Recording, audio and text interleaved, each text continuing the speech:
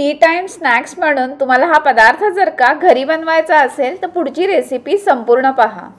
हाय, पुन्हा एकदा तुम्हा सर्वांचं तुमच्या किचन मध्ये म्हणजेच अमित ग्लोबल किचन मध्ये स्वागत आहे। आज आपण टी टाइम स्नॅक्स बनवणार आहोत। चला तर आपण पटकन रेसिपीला सुरुवात करूया। आता टी टाइम स्नॅक्स बनवण्यासाठी इथे मी मेथी घेतलेली आहे। मेथी स्वच्छ निवडून आणि धुवून घेतलेली आहे। आता ही मेथी मी बारीक चिरून घेणार आहे। आता ही बारीक कट केलेली मेथी मी पॅन मध्ये परतून घेणार आहे, जेणेकरून ती कोरडी होईल।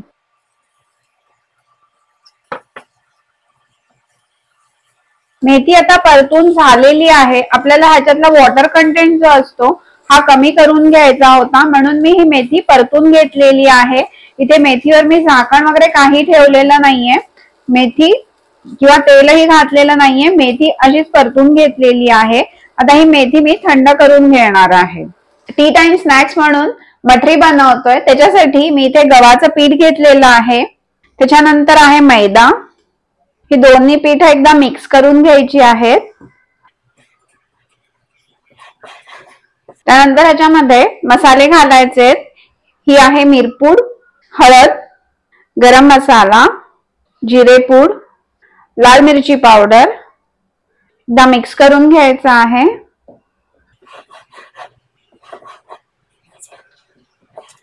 त्याच्यानंतर ह्याच्यामध्ये घालायचा आहे ओवा। ओवा मी थोडा हातावर चुरून घालणार आहे। तीळ, त्याच्यामध्ये घालायची आहे आपण परतून घेतलेली मेथी। चवीनुसार मीठ घालायचंय। मठरी जी आहे ही खस्ता बनण्यासाठी ह्याच्यामध्ये मी तूप घालणार आहे। हे नॉर्मल टेम्परेचरचं तूप आहे। तूप घातल्यानंतर तूप हे पिठाला व्यवस्थित चोळून घ्यायचं आहे।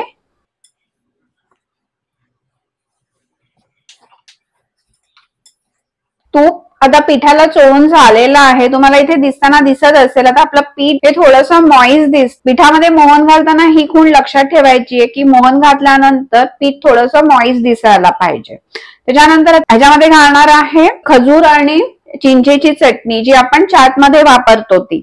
ह्या चटणीमुळे आपली मठरी छान अशी आंबट गोड होणार आहे।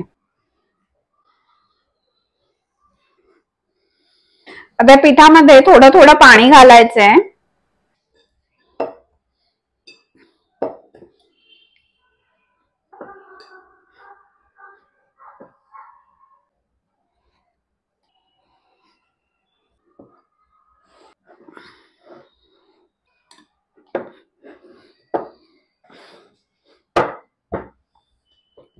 आता पिठाचा घट्ट असा गोळा बनवून झालेला आहे। इथे तुम्ही पाहत असाल पीठ एकदम घट्ट आहे आणि पीठ भिजवताना ते थोडंसं दाबून दाबून भिजवायचं आहे, म्हणजे ते व्यवस्थित बाइंड होतं।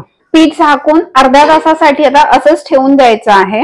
आता अर्धा तास झालेला आहे। आता आपण पीठ मळून घेणार आहोत।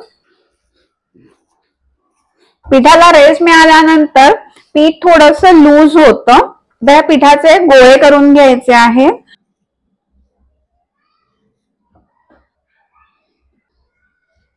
आता इथे पिठाचे गोळे करून झालेले आहेत।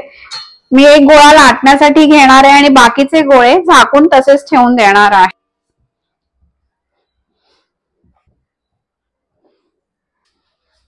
आता गोळा आपण लाटून घ्यायचा आहे।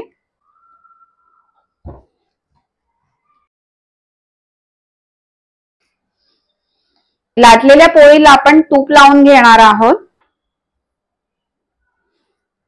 ह्याच्यावर थोडं पीठ भुरभुरायचंय।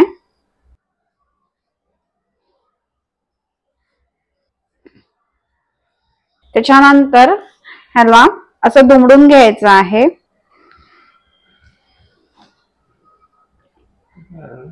आणि इथून ही दुमडायचं आहे।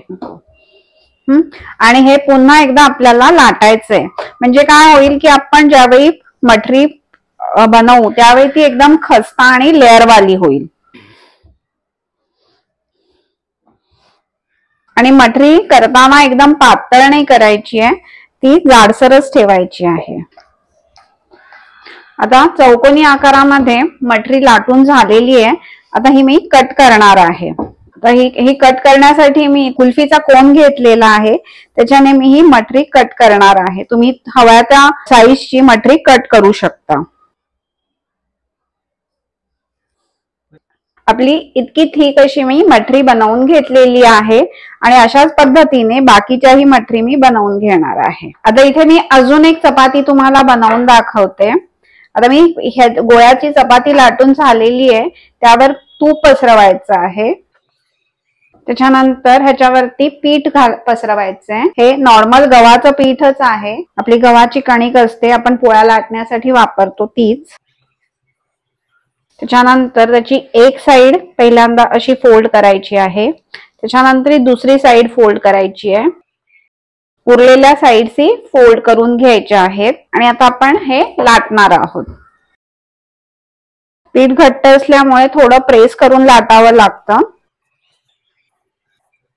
मटरी तयार झालेल्या आहेत. आता ह्या मटरी मी फ्राय करून घेणार आहे. आता आपल्या मटरी आता सगळ्या लाटून झालेल्या आहेत. इथे मी आता ह्या मटरींना काट्याने टोचून घेणार आहे, जेणेकरून ते फुलणार नाहीत. तेल आता मध्यम गरम झालेलं आहे, त्यावेळी ह्याच्यामध्ये मी मटरी घालणार आहे. मटरी सुरुवातीला तेलामध्ये घालताना कमी प्रमाणात घालायची आहे, जेणेकरून आपल्याला मटरी तेलात विरघळत तर नाहीये ना ह्याचा अंदाज येतो. मटरी तेलामध्ये थोडी सेट झाली की मग त्याला चमचा लावायचा आहे आणि लो हीट वर आपल्याला मटरी तळून घ्यायची आहे. आता मटरीला छान बदामी रंग आलेला आहे, त्यावेळी मी मटरी काढून घेणार आहे आणि मटरी तळताना एकदम मंद आचेवर तळायची आहे. आता मटरी छान लालसर रंगावर मी काढून घेतलेली आहे.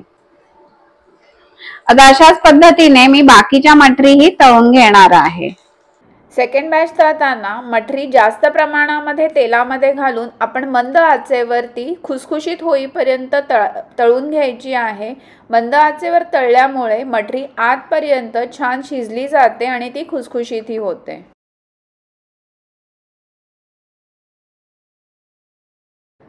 आता आपली मटरी छान अशी तयार झालेली आहे आणि ही मटरी तुम्ही प्रवासामध्ये सुद्धा घेऊन जाऊ शकता.